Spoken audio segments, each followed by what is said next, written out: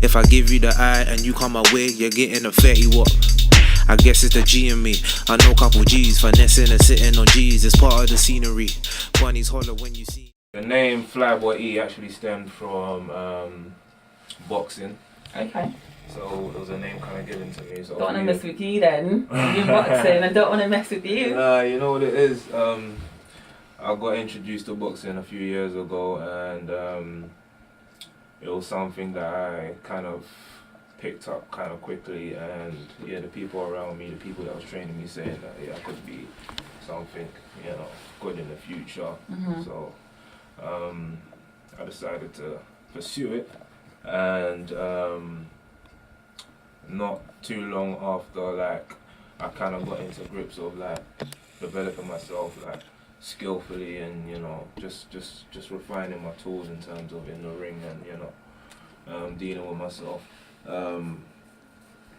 The name Fly just kind of was something that was given to me. The people just started calling me, "Yo, Fly, Fly." I was like, okay. Wait, was that because of a skill, or they just thought you were Fly? What was it? I think it was more so like everything, like my persona, the way I carried myself in the ring, you know, because as much as music, I think boxing is about expression as well, you know, and once you have the ABCs and the fundamentals, you kind of take it where you want to take it, and yeah, I think that's where the name kind of stems from. So from there, yeah. Okay, well, I prefer Fly, so I like it. It's simple. It's just straight, like, I'm just Fly. Yeah, It's Fly. That's me. Yeah. No, I like it. Right, so what we do on the show, to get to know each other, so your listeners can get to know you, we play a game. Right. So you have a choice between the numbers 1 and 40. 1 and 40? Yeah. Right. You can pick one number, and I'll tell you what question is attached to that number, and you have to answer it, hopefully very honestly. Don't try and dodge anything, and hopefully you can get something that's a little bit, yeah, I mean, that gets people to know you. So 1 and 40. 1 and 40. Yeah. We go now? Now. 10. 10. You can't pick 10. Why not? Because it's been picked too many times, and I already know what it is. So you have to pick a different number. I didn't know. That's fine, but you're going to have to pick a different number, because I won't tell you a question that... Wow. So this is basically planned, so... It's not planned. I can tell you what it is. It's a simple question. It says, are you rude? Okay, am I rude? Yeah. What do you think? No. Alright. You say you're a singer. I could you know, I could say you're an MC, because from looking at everything that you've done, it kind of touches into everything. Because I've seen freestyles, and then work. You've got the singing bit. You know, you got the Drake thing going on, and you know what I mean. Right. So there's a lot. And is there something that you prefer? What do you prefer? I wouldn't like to box myself, you know. Yeah. No, it's not about boxing, just preference. What do I prefer? Yeah. I think the journey's kind of painted the picture, and I just appreciate each stage. Right. I would say, and I wouldn't pick a preference, because right now, I think the music I'm creating kind of showcases everything in one, if that makes sense. You know, so I'm always gonna have that grime element. I'm always gonna incorporate my R&B side into the music I'm making right now. I'm going to be very annoying right now. If you had to pick one to say, you can either do grime, you can either do rap, like, you know, R&B, like, you have to pick one. What would you pick? You have to pick one. So you're just saying grime or R&B? Well, out of everything that you do, whatever genre that you prefer, which one would you pick to say, that's what I'm going to have to do for life? Including rap? Including rap. It's got to be rap. Yeah? Yeah. Why is that? Because I feel that rap is a genre where it's very open for expression. You know, I can sing on a track that I'm rapping on, and it still be rap. You understand? Yeah. I feel that grime is very, you know, distinctive for its sound. You know what I mean? Right. 140 tempo, very aggressive on the beat. So yeah, I think rap, there's a lot more room for expression. Okay. Going now to what the projects that you've been doing in the past. I know that for a fact that you were on BBC's Ones to Watch list. Right. How was that for you? Because that's a big thing on BBC One Extra. Right. How was that for you? How did that come about? What is it that they looked at the time? They thought, okay, you know what, we're gonna look out for this guy. At the time, I think I released a track called Fly Boy. I think it was, Fly Boy. And the track just fell in the hands of a couple of the DJs, and they just got behind it. They were feeling the wave. They started playing the track, and then eventually, I got on certain people's radars, and my name just got put forward for the list. You're very vague. The way that you speak, you try not to give too much away, and I'm trying to get information from you, so I need you to be a little bit more open with me, because you said, oh, the track fell into a couple DJs' hands. The DJs don't have names, and then it got into a couple people got wind of it and they liked it. They don't have names, and come on, give me something. I'm sorry. Give me something. I want to get to know you. Do you understand? Right. I'm trying to get to see what you're like, what you're about. Right. I want to relate to you. Right. And right now I feel like you're kind of closed off. I'm not trying to interrogate you. I hate it. I'm trying to find out about you. Okay, let's find out about Fly. Yeah? So tell me more about how that came about. My management at the time put it forward to BBC One Extra. And DJ Target, I think it was, that supported the record. And he's big. I'm He's shout out big. to DJ Target, he supported the record at the time, and it caught a wave.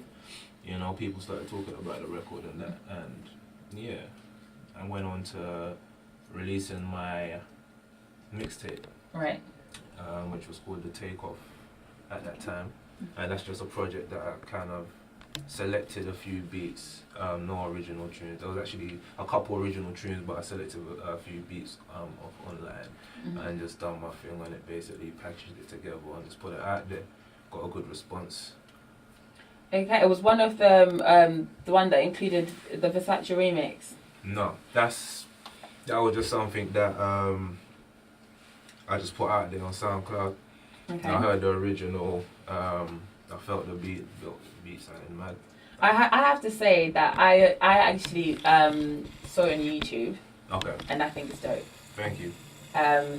Reason being, I like the original track, Right. but when you're so used to an original that you think is so good, everyone's vibing on it. Right. That when anybody else comes and tries to do something else, they're like, let the originals do it. But I was messing with that. I was there like, okay, I'm not gonna lie, I didn't just play it once. I rewinded it a few times and kept on listening to it.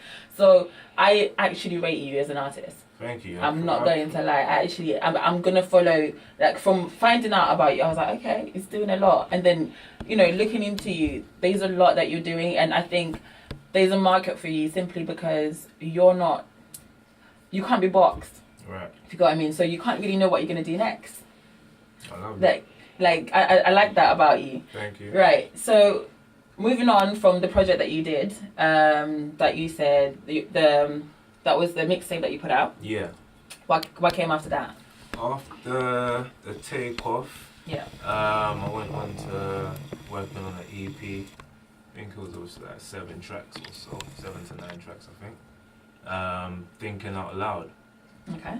And I was with the same management at the time, and we put together a campaign starting off with a track that I put together with Little D, a rapper from South London as well. We done a track called One Man Soldier. Okay. Got a good airplay, on One Extra. A couple other stations as well. Done a video campaign as well, and got good reception, and that's your phone there. Yeah, No, it's alright. but the EP, released the EP, got good feedback. From there, what did I do after that? How many years back are we going here? How? This was around 2016. This is about 2014, 13. So that's a lot of stuff. I mean, from the BBC One Extra, you have that exposure. Yeah. You're putting the work in. What is it? Why is it up to today? Not a lot of people. I can't just go to anybody and say, "Have you heard of Fly?" Why do you think that is? For Where me, where is it? I think that lies in the only reason I think that is because of consistency. I think because I think in this industry you gotta be in people's faces consistently. Yeah. Constantly, you understand? Mhm. Quality, like, as well as putting out quality music, you gotta be consistent with it because people do get bored. Mhm. And I feel like this day and age, music is very easily accessible, and there's always a new artist that's coming up, you know.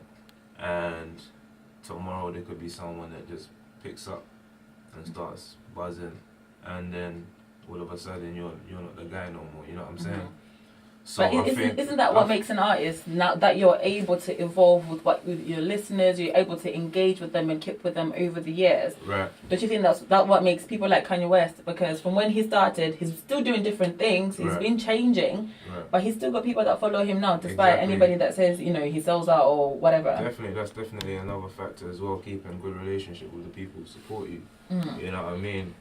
Because even if you do go away, I mean, if you do have a good relationship with your fans and your supporters, I mean, you can have a year break and then come back and they're still waiting. You know what I mean? They're still willing to support. You understand?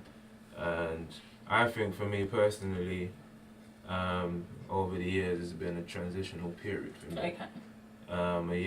Over the years, I've been adapting musically as well. You know what I mean? Even though I have been putting out music, but right now, currently, I feel like I'm at a point where I'm making the best music I've made, you know, and the people will love it. Well, I do. But what I'm going to do, I'm going to take a little break. I'm going to play Versace. Like I said, I actually love this remix. Obviously, it's an old track, so maybe not a reflection of what you're doing now, but I think it's a reflection of how good you are, because like I said, it's not an easy track to just cover and just come and say some stuff in it.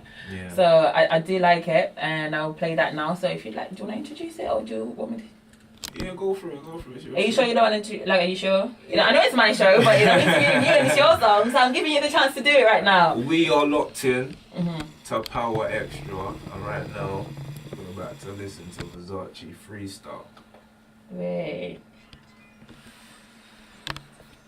If I give you the eye and you come my way, you're getting a 30 watt. I guess it's the G in me. I know couple G's finessing a